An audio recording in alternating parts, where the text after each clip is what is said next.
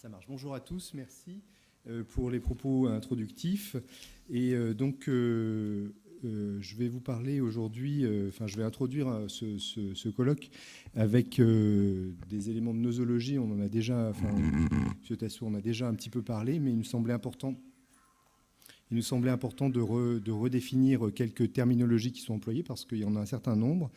À la lumière des définitions qui actualisaient en quelque sorte, puisqu'il y a eu quelques modifications, quelques propositions au cours des dernières années, et aussi de voir quelle place il peut y avoir pour la technologie dans la définition de ces altérations de la conscience.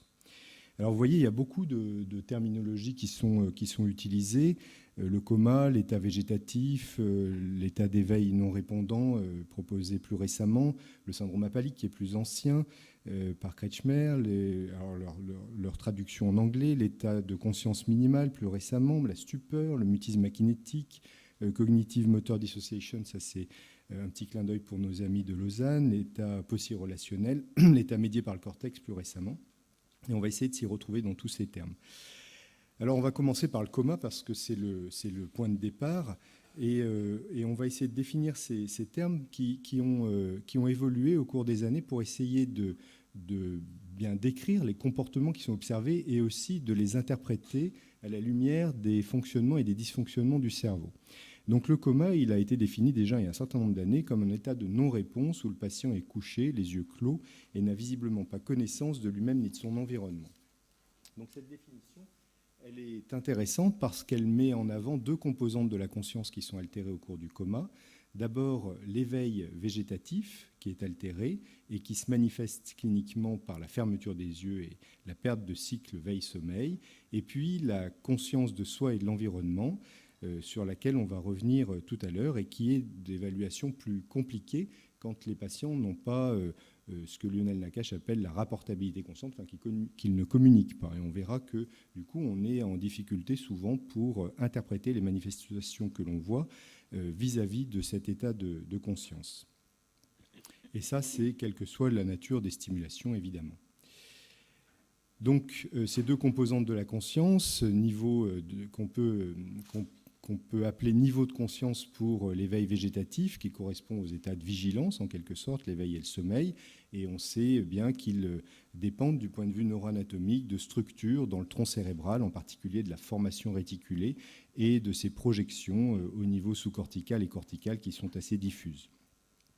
Le contenu de conscience, lui, correspond à des informations qui peuvent être assez basiques, sensorielles, tout simplement, la conscience d'une information visuelle, d'une information sensorielle, mais elle peut correspondre aussi à des représentations beaucoup plus complexes de nous-mêmes et de notre environnement.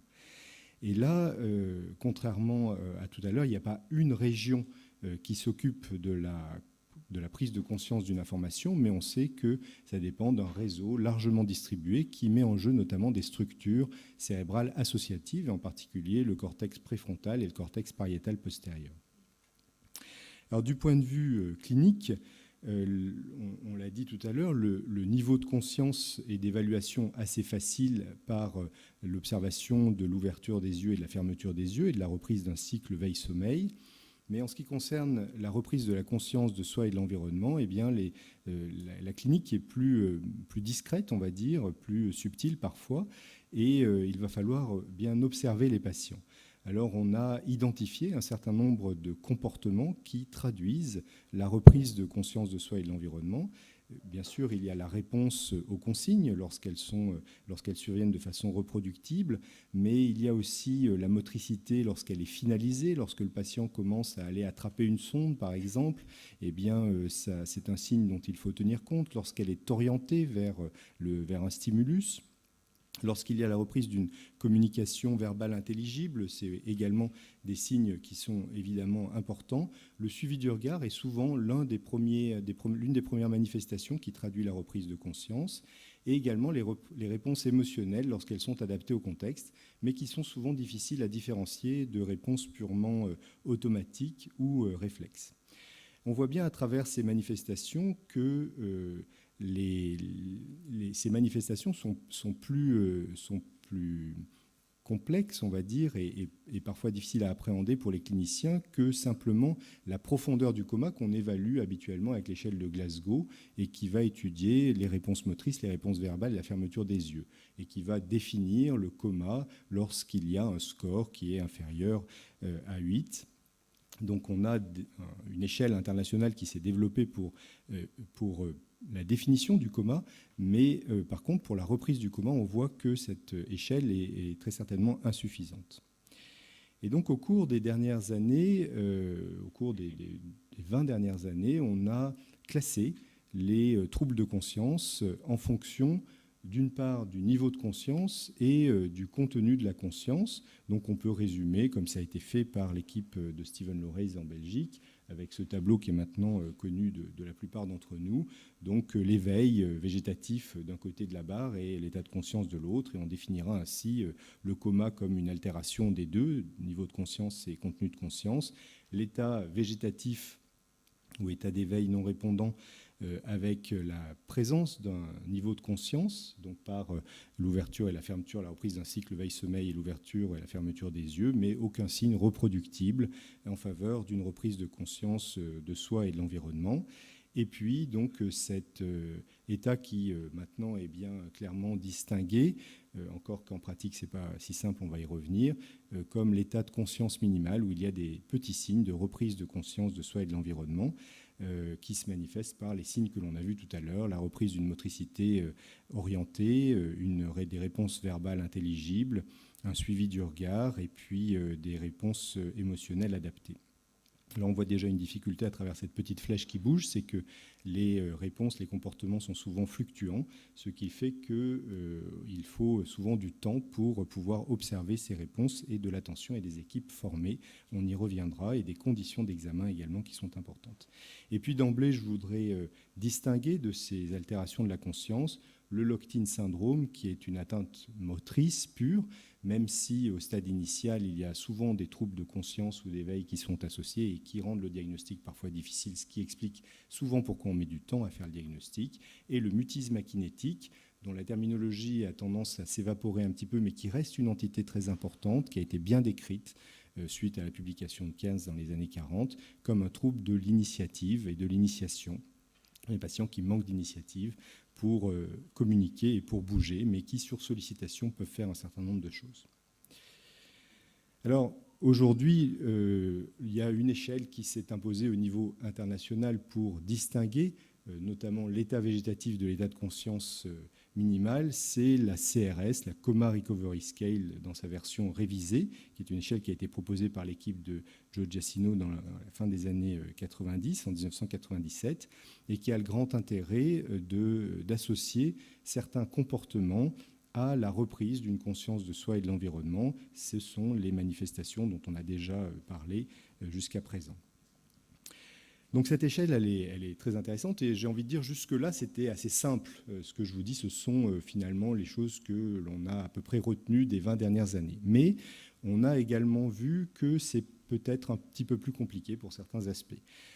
Et notamment, une des questions, c'est de savoir si ces comportements qui ont été associés à la reprise de conscience, ils traduisent bien une reprise de conscience. Est-ce que là, les choses sont aussi claires que ça? On va y revenir sur ce point-là et sur les autres qui suivent pour voir que peut-être c'est pas si simple que ça. D'autre part, il y a eu plusieurs études qui ont montré qu'il faut s'attacher à évaluer l'existence de troubles sensoriels. Tout simplement, tout bêtement, on l'oublie souvent, mais est-ce que les voies visuelles marchent? Est-ce que les voies auditives marchent? C'est sûr que quand on parle à quelqu'un pour essayer d'obtenir des réponses, s'il n'entend pas et aussi s'il a des troubles du langage, évidemment, c'est plus compliqué. Donc ce sont des éléments qui sont assez basiques, mais finalement qu'on peut avoir tendance à oublier. Comment évaluer la vie émotionnelle? On s'est beaucoup intéressé aux fonctions cognitives, mais la vie émotionnelle est également importante pour ces patients. Comment on peut l'évaluer? Ce n'est pas si simple que ça. Et comme je vous l'ai dit également, il y a une fluctuation importante du niveau d'éveil et donc du contenu de conscience, puisqu'il en dépend. Et ça aussi, c'est un élément important à prendre en compte. Donc je vais aller assez rapidement sur la deuxième partie de cet exposé pour essayer de répondre à ces difficultés. D'abord, les comportements observés permettent-ils d'affirmer que le patient est conscient?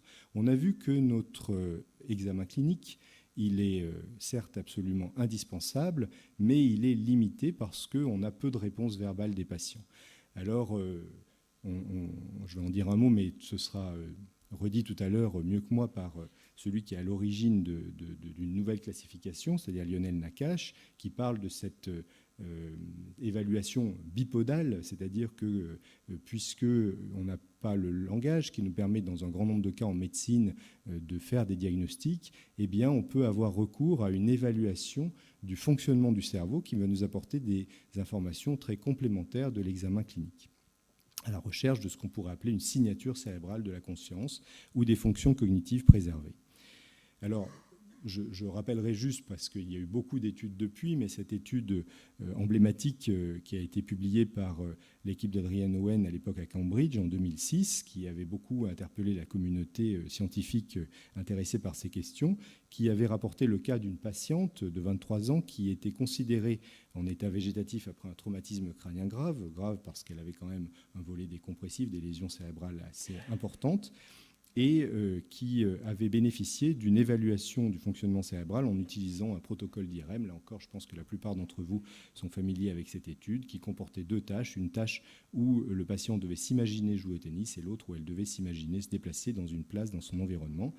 Et les résultats ont montré de façon étonnante, étant donné sa présentation clinique, qu'elle était capable de solliciter des régions cérébrales, un réseau d'activation extrêmement proche de celui de sujets sains qui réalisaient la même tâche, comme on peut le voir sur ces diapos qui montrent sur la ligne du haut les résultats de la patiente, sur la ligne du bas les résultats des sujets sains, et qui étaient assez remarquablement similaires pour les 12 sujets sains. Et on voit que dans la tâche d'imagerie où le sujet devait s'imaginer jouer au tennis, il y avait la mise en jeu du cortex moteur de l'aire motrice supplémentaire, à gauche en bas, alors que dans la tâche où il devait s'imaginer se déplacer dans son environnement, il y avait un réseau un peu plus diffus mettant en jeu le cortex prémoteur, le cortex pariétal postérieur et le cortex para-hippocampique. Et on voit que les mêmes régions sur la ligne du haut, sur les deux lignes du haut, étaient mises en jeu dans les deux tâches respectives par la patiente. Donc cette étude avait déjà apporté des informations distinctes entre le comportement clinique qui correspondait à un état végétatif et l'activité cérébrale qui témoignait déjà de fonctions cognitives au moins préservées, puisque suggérant qu'elle était capable de réaliser des tâches relativement complexes d'imagerie mentale. Et donc, cette année, il y a eu cet article publié par Lionel Nakache sur un nouvel état qui serait un état médié par le cortex, où finalement, le message, c'est que l'interprétation en termes de conscience est souvent difficile. En revanche, l'observation des manifestations que l'on voit ou les activités cérébrales que l'on peut observer, elles correspondent à la mise en jeu de régions corticales, y compris des régions associatives, et ça, c'est déjà une information très importante.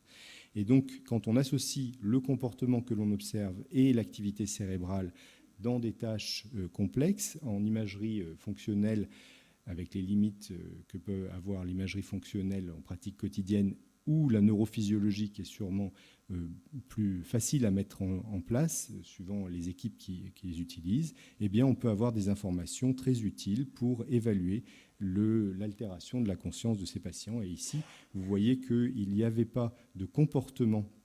Donc, il y a une échelle qu'il propose, mais je pense qu'il détaillera ça tout à l'heure, où il y a un niveau de preuve qui augmente suivant que l'on prend en compte donc à la fois le comportement et l'étude de l'activité cérébrale pour mieux définir s'il y a ou pas la préservation d'un état de conscience. Ici, il y a seulement l'imagerie fonctionnelle, mais pas le comportement. Donc, on serait dans cet état médié par le cortex. Le cortex serait en jeu, mais on n'a pas d'argument plus fort que ça pour nous dire qu'il y a une reprise de conscience. Et on peut aller plus loin en utilisant l'activité cérébrale comme un moyen de communication vers des protocoles dits actifs qui pourraient correspondre à finalement des interfaces cerveau-machine pour communiquer. Et il y a eu des études très intéressantes qui ont été publiées dans la littérature pour essayer justement, en utilisant ces tâches, vous allez imaginer jouer au tennis pour répondre, pour dire oui, ou imaginer vous déplacer dans la pièce pour dire non. Et en utilisant ces tâches, on pourrait mettre en place une communication si l'altération motrice est telle que cela n'est pas possible du point de vue moteur. Alors, comme ça va faire l'objet des deux présentations qui vont suivre, je ne vais pas m'attarder là-dessus, mais c'est évidemment une perspective qui pourrait être intéressante pour un certain nombre de patients. Je ne m'attarde pas. Alors, les troubles sensoriels et du langage, là, du coup, je continue sur l'intérêt d'utiliser la technologie pour évaluer ces altérations de la conscience. Et on a les moyens assez simples aujourd'hui pour évaluer si les voies sensorielles, si les canaux sensoriels fonctionnent, et notamment l'audition et la vision, et éventuellement aussi la somesthésie, avec les potentiels évoqués qui peuvent être réalisés dans la plupart des centres aujourd'hui. Et il me semble absolument indispensable de réaliser ces évaluations qui sont finalement assez simples et complémentaires, qui font partie presque de la clinique, disait Mme Fischer, pour évaluer l'état fonctionnel de ces voies sensorielles. Donc je pense que c'est absolument indispensable aujourd'hui. Et puis, vraiment, le langage, je crois qu'il y a eu quand même un certain nombre d'études qui ont montré qu'avec l'échelle de CRS, on pouvait prendre pour des troubles de conscience, finalement, si on s'en tenait, si on n'examinait pas les malades, évidemment, si on s'en tenait qu'à la CRS, elle pouvait traduire un trouble de conscience chez les patients qui sont uniquement aphasiques. Donc voilà, c'est un élément qui est important. Quand il y a des lésions de l'hémisphère gauche, en particulier dans certaines zones qui correspondent aux aires de langage, évidemment, il faut être très prudent dans l'interprétation de ces échelles.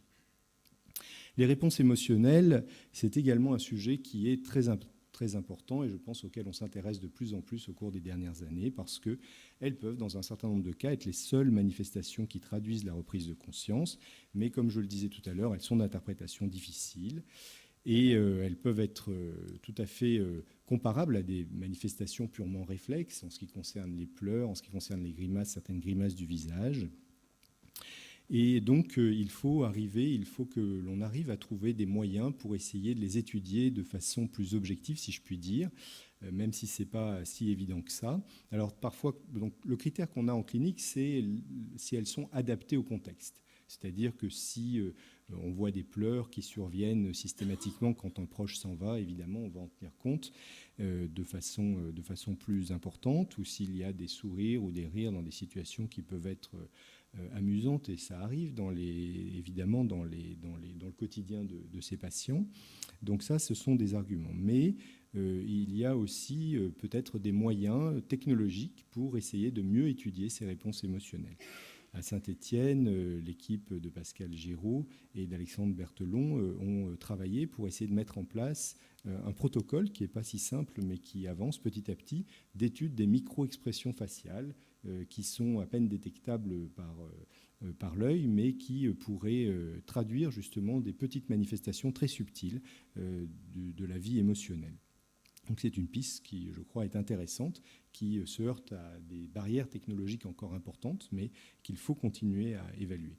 On peut également étudier les réponses physiologiques, les réponses électrodermales, la réactivité pupillaire, la variation de la fréquence cardiaque, qui sont évidemment des éléments qui sont importants et qui sont des éléments objectifs qui peuvent aussi permettre d'avoir une reproductibilité avec des conditions d'examen qui sont également standardisées. Et puis si on compare tout ça avec l'activité cérébrale, évidemment, on aura des informations qui sont probablement plus précises pour étudier ces réponses émotionnelles. Alors je disais tout à l'heure qu'il y avait une fluctuation. Alors souvent on fait varier que la petite flèche du bas qui correspond au trouble de conscience, mais ce qui fait varier le contenu de la conscience, c'est le niveau de conscience, c'est la vigilance essentiellement. Donc c'est parce que la vigilance est fluctuante que le niveau de conscience, en tous les cas son expression est sûrement fluctuante. Et je vais mettre ici, puisque c'est quand même la thématique d'aujourd'hui, tout ce qui correspond aux stimulations qui peut permettre d'augmenter ce niveau de conscience, ce niveau de vigilance, pour mieux détecter les petits signes de reprise de conscience. Alors d'abord, en tant que médecin de MPR et travaillant dans un service de rééducation, je voudrais insister sur l'importance des conditions d'examen. De s'attacher à ce que les patients n'aient pas mal, qu'ils soient dans un environnement qui soit calme, qui soit propice à l'observation de l'éveil, que les patients puissent être assis, qu'ils soient suffisamment mobilisés pour ne pas être dans des situations de rétraction importantes qui empêchent toute expression motrice. Et puis, il y a les techniques de stimulation à la fois non invasives, avec la stimulation par TMS et TDCS, et Bertrand Herrmann nous en dira un mot tout à l'heure, fera une présentation sur ce sujet, sur les protocoles qui sont en cours, ou le protocole qu'il développe aujourd'hui. Les techniques de stimulation plus invasives, avec la stimulation du nerf vague, Angela Sirigu nous parlera de l'étude qui est en cours à Lyon. Les stimulations cérébrales invasives, et on verra tout à l'heure avec l'équipe de Clermont-Ferrand et du professeur Jean-Jacques Lemaire également ce qui a été fait en France après des études plus anciennes, mais il y a un retour de la possibilité d'utiliser ces techniques chez ces patients.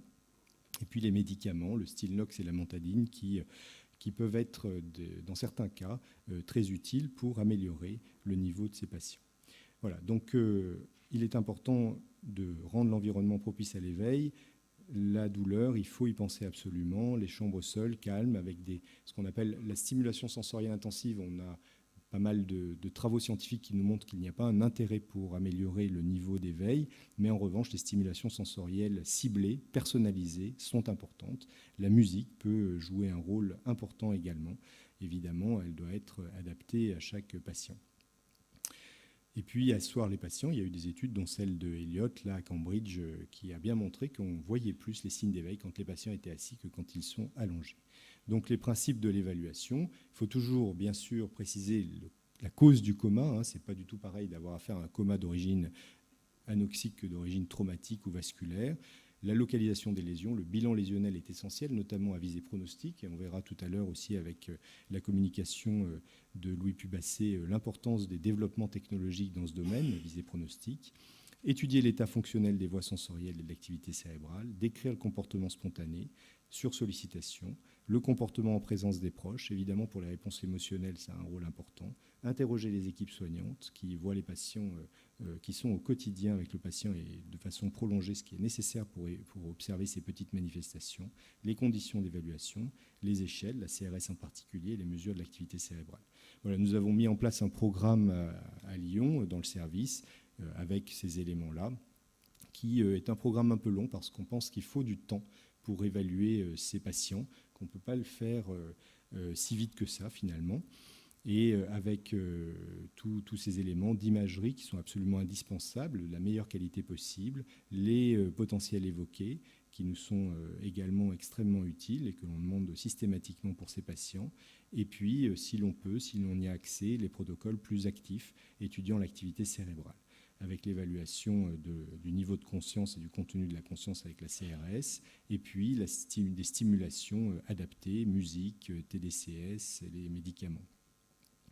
Voilà, et puis on s'attachera toujours à une évaluation globale des patients parce que c'est une prise en charge globale. Quelle est la communication? Quels sont les troubles de déglutition? Les problèmes ostéo-articulaires, la spasticité? Donc en conclusion, il est important de bien connaître ces différents tableaux d'altération de la conscience, de reconnaître les signes de reprise de conscience qui sont parfois discrets, l'échelle CRS, l'intérêt d'une évaluation des voies sensorielles, de bien faire attention à l'existence de lésions sur les zones qui sont importantes pour le langage, d'évaluer l'activité cérébrale en complément de l'approche clinique, l'importance des conditions d'examen et puis les stimulations. Voilà, je vous remercie.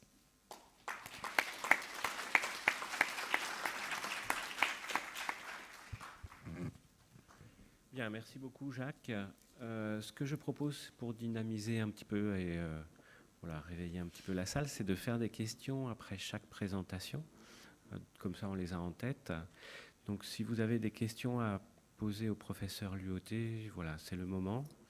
Oui. Est-ce qu'on a un micro? Alors. Tu as un micro?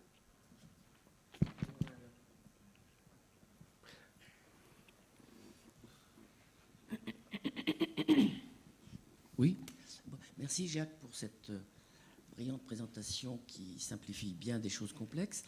Je voudrais juste faire une question et un commentaire sur la difficulté de mettre une étiquette clinique seule, sans exploration complémentaire, d'où l'intérêt de la réunion, notamment au état végétatif, et revenir sur le cas d'Owen avec cette jeune fille qui joue au tennis dans sa tête en étant en état végétatif. Je ne voudrais pas qu'on laisse persister l'idée que les malades en état végétatif jouent au tennis dans leur tête, parce que vous étiez à un symposium, nous étions ensemble à un symposium à Cambridge quand même, où Owen a présenté longuement ce cas, il venait de le publier, il a été discuté, il a été très très discuté, il y avait beaucoup de monde, et je me rappelle qu'il y avait Giacino qui a beaucoup argumenté, et la conclusion de l'ensemble des présents, et même de Wen, c'est que cette jeune femme qui a un traumatisme crânien grave, qui commençait son éveil, et dont il ne dit pas dans l'article, mais il l'a dit là, elle s'est parfaitement réveillée dans les semaines qui ont suivi, elle était, on ne pouvait pas dire qu'elle était en état végétatif, elle était déjà hyporlationnelle, et elle était de toute façon dans sa phase d'éveil, qui n'est pas la même chose que l'état végétatif chronique. Donc je voudrais avoir votre commentaire. Merci. Merci, je l'avais mis exprès pour vous, cette petite diapo.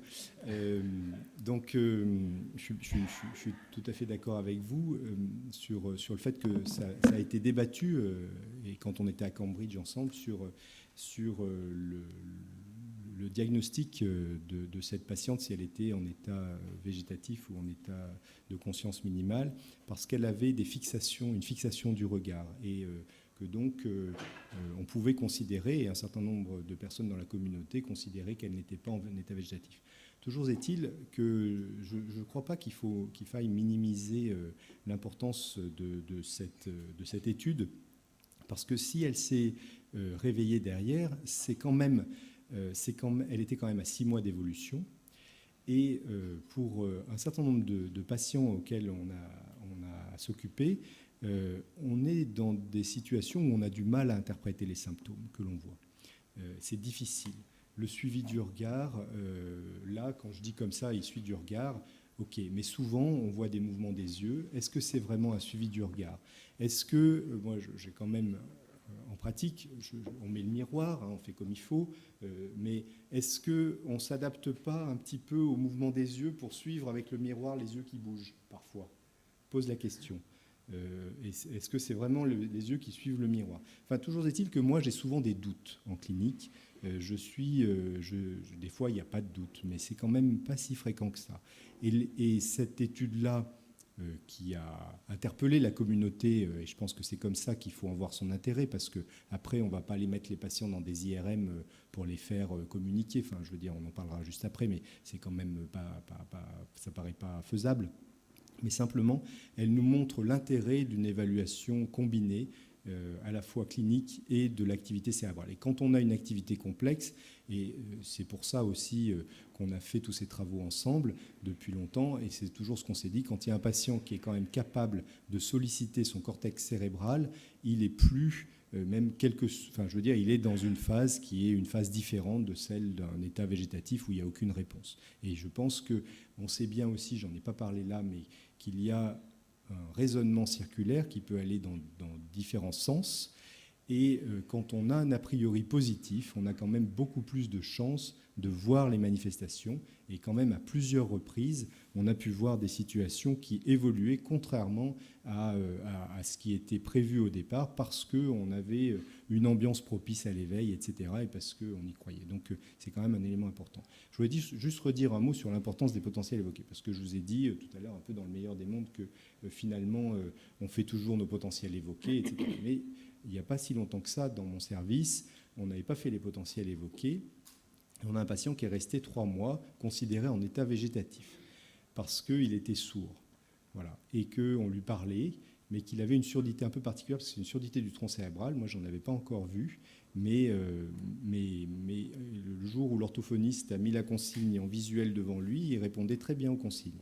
Et il était considéré dans mon service comme étant en état végétatif. Donc voilà, on peut se tromper encore. Enfin, c'est pas facile, ces patients. Donc il faut bien avoir ça en tête. Il ne faut pas se priver de ces examens auxquels on a accès aujourd'hui. Moi, j'ai une question à te poser, si je peux me permettre. Là, dans ta présentation, tu dis que le gold standard, c'est la CRSR. Et est-ce que c'est pas plutôt la combinaison de la CRSR et des examens complémentaires, ou est-ce qu'on reste encore vraiment aujourd'hui, 2018, sur la CRSR dans le gold standard? Ou est-ce que ta conclusion, elle n'est pas déjà dans le sens de dire qu'il faut combiner Alors, tu as remarqué que le gold standard, c'était au milieu du diaporama, et que j'ai mis après l'échelle CRSR comme un élément d'évaluation, mais que ça reste le gold standard en termes d'échelle, j'ai envie de dire. Mais ce n'est pas suffisant. C'est nécessaire, mais pas suffisant. Voilà ce que je peux dire. Oui, Bernard Lange, région toulousaine. J'ai un établissement avec 15 lits d'éveil ou de post-réa, 10 de post-éveil et 15 lits de VCEPR. Et avec une évolution sur 30 ans, donc un aspect militantiste depuis les années fin 80, début 90. Pour les potentiels, la définition, c'est vrai que c'est une histoire. Bloom parlait d'état végétatif persistant, puis après on a parlé permanent, ça c'était plus bureaucratique, et puis on a évolué. Et la deuxième notion, le potentiel évoqué, on a 30 ans de potentiel évoqué semi-précoce, on parlait, pour évoquer, pour montrer que le système sensoriel et sensitif existe, surtout dans les traumas crâniens. On avait essayé de faire des potentiels olfactifs, mais c'est particulièrement compliqué. Les P300 sont importants, surtout dans un oxy cérébral, je crois qu'il faut le noter. Pour revenir à un élément qui m'a particulièrement interrogé, c'était l'approche métrologique, qui est très médicale, et l'approche systémique. Ça a été mon dada depuis 25-30 ans. L'approche métrologique avec le CRS paraît obligatoire, mais l'approche systémique, on s'est servi, je ne l'ai pas entendu, de l'échelle où on parle, nous, de partition de Damasio. Partition de Damasio qui parle de noyau, de conscience noyau et de conscience élargie, et qui nous a permis, nous, d'avoir deux courbes pour prendre en charge l'environnement, c'est-à-dire toute l'équipe, qui a en général une dizaine de personnes, au moins, plus les familles, qui permettent de façon quotidienne d'évaluer ce qu'ils pensent dans une relation interpersonnelle entre chaque personne et, lorsqu'il les voit, et le patient, avec deux courbes, donc Damasio et ce que l'on appelle la relation interpersonnelle, ce qui fait que sur le plan informatique, ça permet toutes les semaines de redonner une identité qui est fluctuante, vous l'avez dit, qui est fonction du temps, de l'espace, de la spécificité des personnes, et redonner une idée. Et qui nous permet parfois d'être particulièrement surpris par des relations interpersonnelles qui sont parfois, disons, déviantes par l'émotion des uns et des autres, et également surprise par des états où on s'était trompé dans l'identité ou dans l'évolution de ces patients. Dans la reconnaissance faciale, nous on a un TMM en face du patient avec une caméra, et cette caméra permet d'évaluer les modifications dans le cas des émotions que Damasio parle, des émotions d'arrière-plan, qui sont plus dans des modifications faciales et neurovégétatives. Et là également, j'avais bien retenu que la notion d'accrochage du regard peut être induite, mais également est fluctuante d'après Damasio dans les émotions d'arrière-plan, et qui font parfois la différence entre émotions d'arrière-plan et émotions spécifiques, où des éléments se déclenchent. Donc je crois, merci d'abord, parce que vous avez de façon claire et simple redonné une militantisme sur une trentaine d'années, et je crois qu'il y a beaucoup de travail, mais surtout les nouvelles techniques de communication nous permettra de voir si ces patients sont capables de communiquer ou pas, ou sont discommunicants, ou de quel type de discommunication. Merci.